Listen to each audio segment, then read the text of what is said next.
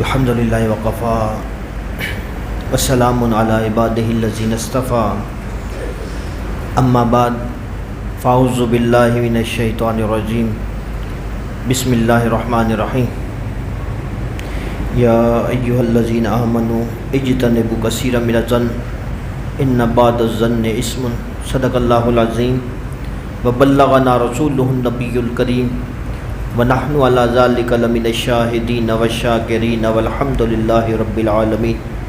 ایک دفعہ پھر محبت کے ساتھ درود پاک پڑھ لیں۔ اللہم صلی علی روح محمد فی الارواح، اللہم صلی علی جسد محمد فی الاجساد، اللہم صلی علی قبر محمد فی القبور۔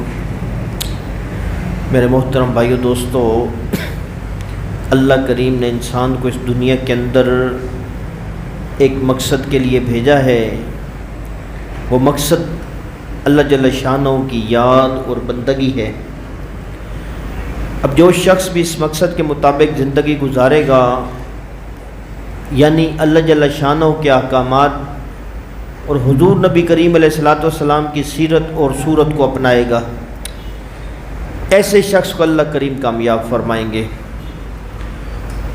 کامیابی جس چیز سے ملتی ہے اسے ایمان اور تقوی کہتے ہیں۔ ایمان کی ترقی تقوی سے ہے۔ تقوی حاصل ہوتا ہے اللہ والوں کی صحبت سے، اللہ والوں کی صحبت میں جانے سے، ان کی صحبت میں بیٹھنے سے۔ میرے دوستو، اللہ والوں کی صحبت میں بیٹھنے کا، جانے کا حکم ہمیں اللہ کریم نے دیا ہے۔ وَكُونُوا مَعَ الصَّادِقِينَ، کہ صادقین کے ساتھ ہو جاؤ یا صادقین کے پاس بیٹھو۔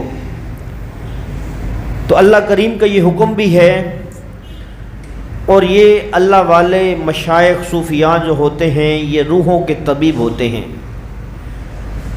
انسان کا وجود جیسے بیمار ہو جاتا ہے ویسے انسان کی روح بھی بیمار ہوتی ہے، روح کی بھی امراض ہوتی ہیں، روح کی بھی بیماریاں ہوتی ہیں۔ جسم، انسان کا جسم مٹی سے بنا ہے تو اس کی جسمانی امراض کا علاج مٹی سے ہوتا ہے، اور جو روح ہے وہ عالم امر سے آئی ہوئی چیز ہے۔ انسان دو چیزوں کا مرکب ہے، ایک جسم ہے اور ایک روح ہے۔ جسم کا تعلق عالم خلق سے ہے، زمین سے ہے، مٹی سے ہے، اور روح کا تعلق عالم امر سے ہے۔ وَيَسْأَلُونَكَ عَنِ الرُّوحِ قُلِ الرُّوحُ مِنْ أَمْرِ رَبِّي۔ تو یہ اللہ کریم کا امر ہے۔ روح جو ہے یہ انسان کے وجود کے اندر ایک لطیف سی قوت ہوتی ہے۔ انسان اس کو آنکھوں سے دیکھ نہیں سکتا، ہاتھ سے پکڑ نہیں سکتا، لیکن انسان کے وجود کی وہ حقیقت ہے۔ تو میرے دوستو، روح کی غذا بھی ہے، دوا بھی ہے، صفائی ستھرائی کا انتظام بھی کرنا پڑتا ہے۔ تو کیونکہ یہ عالم امر کی چیز ہے تو اس کے علاج بھی وہیں سے ہوتے ہیں، اس کے علاج بھی وہیں سے ہوتے ہیں۔ اس کی مختلف امراض ہیں۔ ایک قرآن کریم کی آیت میں نے ابھی آپ کے سامنے پڑھی ہے کہ اللہ کریم فرماتے ہیں اجتنبوا کثیرا من الظن ان الظن بعض اسم۔ یہ انسان کے اندر ایک روحانی مرض ہے، انسان گمان کرتا ہے۔ گمان، اب گمان بھی دو قسم کا ہوتا ہے، ایک اچھا گمان ہوتا ہے، ایک برا گمان ہوتا ہے۔ تو ایک برا گمان ہوتا ہے جس کو ہم بدگمانی، ہمارے الفاظ میں اس کو بدگمانی کہا جاتا ہے۔ تو اللہ کریم نے اس سے منع فرمایا، اجتنبوا کثیر، اجتناب کرو، اجتنبوا کثیر من الظن، زیادہ گمان سے اجتناب کرو، کیونکہ زیادہ گمان بدگمانی ہوتی ہے، یعنی گناہ ہوتا ہے، تو اس سے بچنے کی کوشش کی جائے۔ تو یہ ایک روحانی مرض ہے۔ دیکھیں، ایک آدمی ہے، اس کے ہاتھ میں ایک گلاس ہے، گلاس میں کوئی مشروب ہے۔ اب ایک آدمی نے آنکھوں سے اس کو دیکھا، اب دیکھنے کے بعد اس کے پاس کوئی ایسا ٹیسٹر نہیں ہے، کوئی ایسا آلہ نہیں ہے کہ وہ دیکھ کے یہ اس میں تقسیم کر سکے یا پہچان سکے کہ اس کے اندر جو اس کے ہاتھ میں جو گلاس ہے، اس کے اندر جو مواد ہے وہ پانی ہے، شربت ہے، شراب ہے، کیا ہے۔ تو اس میں اس وقت انسانی دماغ کے اندر دو خیالات آتے ہیں، ایک کو منفی سوچ کہتے ہیں اور ایک کو مثبت سوچ کہتے ہیں۔ منفی سوچ کیا ہے کہ انسان بدگمانی کرے کہ اس کے ہاتھ میں پانی نہیں ہے، شراب ہے، اور مثبت سوچ کیا جو بھی ہے اس کے ذہن میں یہ بات آئے، دل و دماغ میں یہ بات آئے کہ اس میں مشروب ہوگا یا کوئی دوائی ہوگی، سیرپ ہوگا یا کوئی اس کی ضرورت کی کوئی چیز ہوگی، تو بدگمانی سے بچنے کا اللہ کریم نے ہمیں حکم دیا۔ یہ روح کی مرض ہے، اور بھی روح کی امراض ہیں، دیگر امراض ہیں، تو بدگمانی انسان کو کفر تک لے کے چلی جاتی ہے۔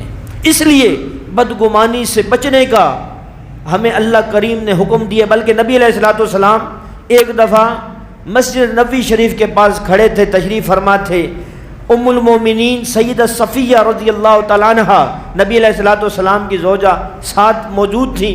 دو صحابی، شام کا وقت تھا، نبی علیہ الصلوۃ والسلام کے پاس سے گزرے اور نبی علیہ الصلوۃ والسلام کو دیکھا، آگے چلے گئے۔ نبی علیہ الصلوۃ والسلام نے ان دونوں صحابہ کو واپس بلا کے فرمایا کہ میرے ساتھ جو کھڑی ہے یہ میری اہلیہ ہے، اس کا نام صفیہ ہے۔ صحابہ نے کہا یا رسول اللہ، ہم آپ کے بارے میں کوئی غلط گمان تو نہیں کر سکتے، ہم یہ تو نہیں کہہ سکتے کہ معاذ اللہ آپ کے ساتھ کوئی غلط عورت ہوگی یا آپ کو غلط، ہم آپ کے بارے میں تو ایسا گمان سوچ بھی نہیں سکتے، آپ نے یہ بات کیوں فرمائی ہے؟ تو نبی علیہ الصلوۃ والسلام نے فرمایا کہ اے میرے صحابہ، شیطان انسان کی رگوں کے اندر خون کی طرح چلتا ہے، دوڑتا ہے، اور وہ انسان کے دل میں وسوسہ ڈالتا ہے، تو میں نے تمہیں اس وسوسے اور اس خیال سے بچانے کے لیے میں نے تمہیں جو ہے اس بات کی وضاحت کی ہے کہ اس سے پہلے شیطان اپنا کام کرے، میں نے تمہیں بتا دیا کہ یہ میری اہلیہ صفیہ ہے۔ تو میرے دوستو، اس لیے گمان سے بچنے کی تعلیم نبی علیہ الصلوۃ والسلام نے بھی فرمائی ہے۔ اب کس کے دل میں کیا بات ہے ہمیں پتہ نہیں ہے۔ بعض اوقات ہم کہتے ہیں نا کہ اس نے دل میں یہ بات جیسے نبی علیہ الصلوۃ والسلام کے پاس ایک صحابی ہے، یا رسول اللہ فلاں شخص نے ایک آدمی کو جنگ میں ایک آدمی کو قتل کر دیا، حالانکہ وہ تو کلمہ پڑھ رہا تھا۔ نبی علیہ الصلوۃ والسلام نے اس صحابی کو بلایا، اپنے پاس بلا کے پوچھا اس سے، بھئی وہ تو کلمہ پڑھ رہا تھا، وہ زبان سے کلمہ پڑھ رہا تھا، تم نے کیوں قتل کیا؟ تو اس صحابی نے فرمایا یا رسول اللہ، وہ اوپر سے کلمہ پڑھ رہا تھا، میری تلوار کے ڈر سے کلمہ پڑھ رہا تھا، یا رسول اللہ میری تلوار کی ڈر سے اس نے کلمہ پڑھا تھا، دل سے کلمہ نہیں پڑھ رہا تھا۔ تو نبی علیہ الصلوۃ والسلام نے فرمایا کہ کیا تم نے اس کے دل کو چیر کے دیکھا ہے؟ تم نے اس کے دل کو کھول کے دیکھا ہے کہ وہ کیا واقعی وہ دل سے کلمہ پڑھ رہا تھا یا زبان سے پڑھ رہا تھا؟ تو میرے دوستو، دل کے جو خیالات ہیں ان کی حفاظت کرنی ضروری ہوتی ہے۔ پھر جب دل میں خیالات پیدا ہوتے ہیں، پھر شیطان اپنا کام دکھاتا ہے، پھر وہ وساوس کی صورت میں دل کے اندر خیالات ڈالتا ہے، پھر کیا ہوتا ہے، انسان بدگمانی کا ارتکاب کرتا ہے، اور پھر انسان اپنے مسلمان بھائیوں سے بدگمان ہو جاتا ہے۔ تو یہ روح کی مرض ہے، ہم نے اس کا علاج کروانا ہے۔ روح کی مرض ہے، ہم نے اس مرض کا علاج کرنا ہے۔ ہم نے بدگمانی سے حت الامکان بچنا ہے۔ جب بدگمانی بن جاتی ہے کسی کے بارے میں، تو انسان کے اندر 100 اچھائیاں ہوں گی، 100 خوبیاں ہوں گی، ایک خامی ہوگی، تو انسان اس ایک خامی کو پکڑتا ہے، حالانکہ اس میں 100 خوبیاں بھی موجود ہیں۔ 100 خوبیاں ہمیں پھر نظر نہیں آتی، خامیاں نظر آتی ہیں۔ ہمارے استاد جی فرمایا کرتے تھے کہ اس آدمی کی مثال اس مکھی کی طرح ہے کہ انسان کا پورا جسم صحیح سلامت ہے، وہ جسم پہ نہیں بیٹھے گی، وہ زخم پہ بیٹھے گی، وہ زخم پہ بیٹھے گی۔ تو اس لیے ضروری ہے کہ ہم بدگمانی سے بچیں۔ مسلمانوں، لوگوں کے عیب اور اکابرین، ہمارے مشائخ جو گزرے ہیں، صوفیاء اللہ والے، حضرت مجدد الثانی رحمہ اللہ، امام اعظم ابو حنیفہ رحمہ اللہ، اللہ کریم نے ان کے اوپر کشف، ایک باطنی نعمت ہے، اس کو کھولا۔ اللہ کریم سے انہوں نے دعا کی، یا اللہ پاک اس نعمت کو بند کر دیں، یا اللہ پاک اس نعمت کو مجھ سے لے لیں، واپس لے لیں۔ مسلمانوں کے، لوگوں کے عیب میرے سامنے آتے ہیں، تو عیب دیکھنے سے بچنا چاہیے۔ اللہ کریم نے دو آنکھیں دی، دونوں سے لوگوں کی خوبیاں دیکھیں، اور اگر دیکھنا ہے تو اپنے اندر خامیاں دیکھیں۔ جب ہم لوگوں کی خوبیاں دیکھنا شروع کریں گے تو ہمیں اپنے اندر خامیاں نظر آنی شروع ہو جائیں گی۔ ویسے تو انسان کو اپنے اندر کی خامیاں نظر نہیں آتی، لوگوں کی خامیاں نظر آتی ہیں، لیکن جب انسان دوسروں کی خوبیوں کو دیکھنا شروع کرے گا تو اس کو اپنے اندر خامیاں ہی خامیاں نظر آئیں گی۔ انسان کو پتہ چلے گا کہ میرے اپنے اندر کتنی خامیاں ہیں۔ تو میرے دوستو، اس لیے یہ بھی روح کی ایک مرض ہے، روح کی مرض ہے۔ اور دوسری بات یہ ہے کہ غیبت کے بارے میں اللہ کریم نے قرآن پاک میں سخت وعیدیں بیان فرمائی ہیں۔ تو بدگمانی سے بھی بچیں اور غیبت سے بھی بچیں۔ اللہ کریم نے قرآن پاک میں فرمایا ویل لکل ہمزہ، اللہ کریم کیا فرماتے ہیں کہ تباہ ہو گئے، ہلاک ہو گئے وہ شخص غیبت کرنے والے، اور ان کے لیے کیا فرمایا؟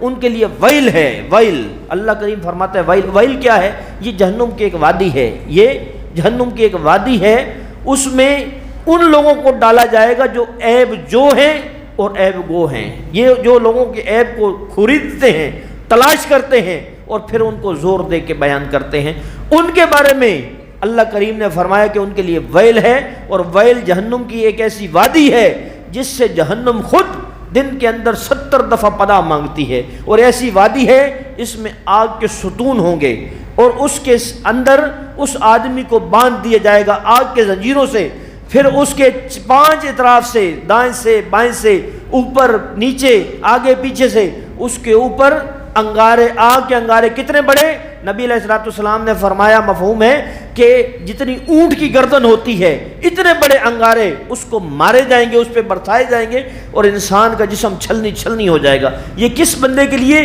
جو مسلمانوں لوگوں کے درمیان عیب جوئی کرتا ہے اور عیب گو ہوتا ہے، عیب کو بیان بھی کرتا ہے، لوگوں کے عیب کو دیکھتا بھی ہے۔ حالانکہ نبی علیہ الصلوۃ والسلام کا فرمان ہے کہ اگر کسی آدمی کے اندر عیب دیکھو تو پردہ، اس پہ پردہ ڈالو، گناہ کو دیکھو، خطا کو دیکھو، قصور کو دیکھو تو اس پہ پردہ ڈالو، اس پہ پردہ ڈالو، کسی کے عیب کو ظاہر نہ کرو۔ نبی علیہ الصلوۃ والسلام نے فرمایا، مفہوم ہے کہ مسلمان کی جو بندہ پردہ پوشی کرتا ہے اللہ کریم اس کی قیامت کے دن پردہ پوشی فرمائیں گے، اور جو پردہ دری کرتا ہے اللہ کریم قیامت کے دن اس کی پردہ دری فرمائیں گے، یہاں تک کہ اس کو گھر بیٹھے ہوئے رسوا کر دیں گے۔ تو میرے دوستو ضروری ہے کہ ہم غیبت سے بھی بچیں، اور ایک اور بات ہے ضروری بات، وہ یہ ہے کہ ہم خبر سے بچیں۔ خبر کے بارے میں ہمیں پتہ نہیں ہے کہ شریعت میں، شرع شریف میں خبر کا کیا حکم ہے، کہ ایک آدمی ہمارے پاس خبر لے کے آتا ہے، ہم خبر سنتے ہیں، تو پھر ہم اس کے اوپر جو ہمارا رد عمل، آج اللہ پاک آج کل حفاظت فرمائے، میڈیا اور سوشل میڈیا کا زمانہ ہے، پوری جھوٹی خبریں پھیلانے میں ہر بندہ لگا ہوا ہے۔ جھوٹی ایک خبر ہوگی، جھوٹ ہوگی، اور وہ معاشرے میں پھیل جائے گی، اتنا پھیل جائے گی جب تک سچ آئے گا لوگ اسی کو یقین کر لیں گے۔ تو خبر کے بارے میں شرع شریف کا یہ حکم ہے، یہ حکم ہے کہ اللہ کریم قرآن پاک میں فرماتا ہے تمہارے پاس کوئی آدمی خبر لے کے آئے، خبر لانے والا فاسق فاجر ہے، خبر لے کے آیا ہے، تمہارا کام ہے اس کی چھان پھٹک کرو، دیکھو کہ یہ بات سچ ہے یہ جھوٹ ہے، اگر سچ ہے پھر تو ٹھیک ہے، اگر جھوٹ ہے تو اس کو رد کر دیں۔ تو میرے دوستو یہ ساری روح کی بیماریاں ہیں، ہم نے ان ساری بیماریوں کا علاج کروانا ہے، ہم نے ساری بیماریوں کا علاج کرنا ہے۔ یہ علاج کیسے ہوگا؟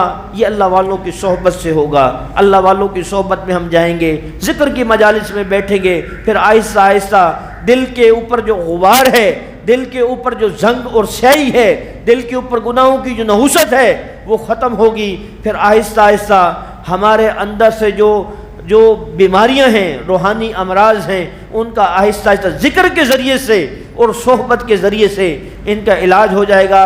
پھر جو ہے ہماری روح صحت مند اور تندرست ہو جائے گی۔ جب روح صحت مند اور تندرست ہو جائے گی تو یہ ہماری کامیابی کے لیے کافی ہے۔ اللہ کریم کہنے سننے سے زیادہ عمل والا بنائے، ملک ریت سب کی حفاظت فرما کے درجات والے راستے پہ چلائے۔ الحمدللہ رب العالمین والعاقبۃ للمتقین والصلاۃ والسلام علی اشرف الانبیاء والمرسلین۔ یا اللہ جو کلام پاک پڑھا گیا اس کا ثواب حضرت محمد صلی اللہ علیہ وسلم کی روح کو، آپ کے ازواج کو، تمام صحابہ کرام، تمام انبیاء کرام، تمام ائمہ مجتہدین، تمام بزرگان دین، خصوصاً بالخصوص حضرت علامہ صاحب نقشبندی رحمۃ اللہ کی روح کو اصالہ ثواب کرتے ہیں۔ یا اللہ ہدیتاً تحفتاً اسے اپنے بارگاہ علیہ میں قبول و منظور فرما۔ یا اللہ اس کو ہمارے لیے ہماری ہدایت، ہماری مغفرت، اپنی معرفت کا ذریعہ بنا۔ الہی مقصود آپ کی رضا ہے، یا اللہ اپنی محبت اور معرفت عطا فرما، یا اللہ اپنی محبت اور معرفت عطا فرما، یا اللہ اپنی محبت اور معرفت عطا فرما۔ آمین آمین۔